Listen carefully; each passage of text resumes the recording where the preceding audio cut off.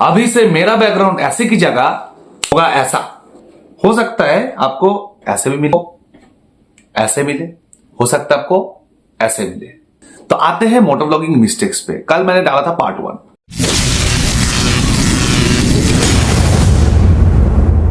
Part 2 में बात करेंगे हेलमेट को रिलेटेड।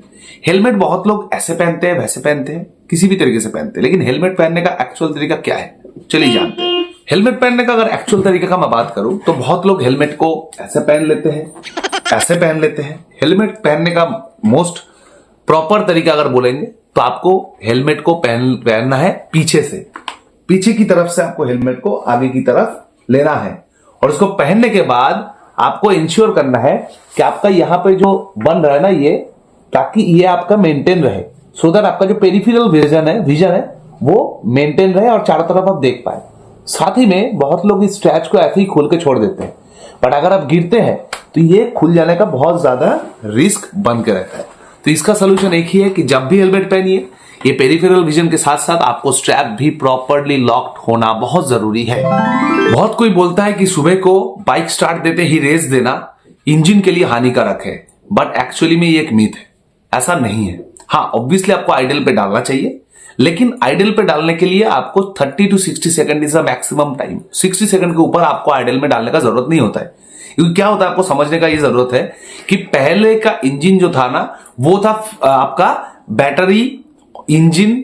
अब जब अब जब मारते थे आपका किक, उस टाइम पे दोनों फ्रिक्शन होता था और उस टाइम पे स्पार्क होता था, उस स्पार्क से चलता था इंजन का स्टार्ट होता था।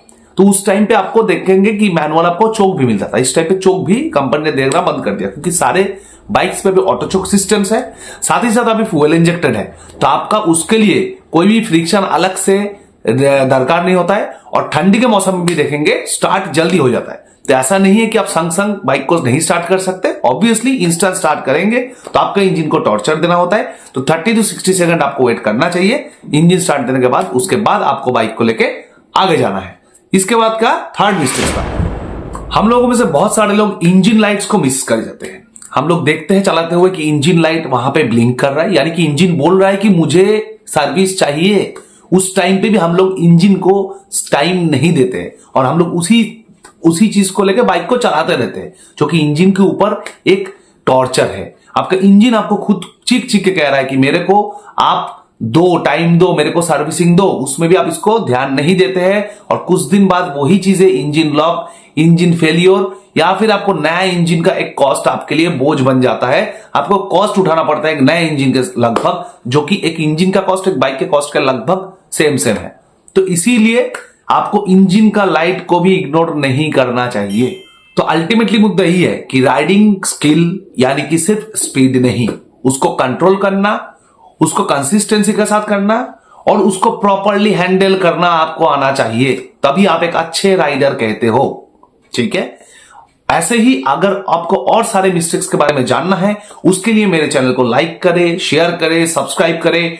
बहुत जल्दी आपसे मिलूंगा मैं, यो बॉय मृत्युंजय व्हील्स, फिर कल सुबह 9 बजे। तब तक के लिए good night, good morning, good evening, bye bye.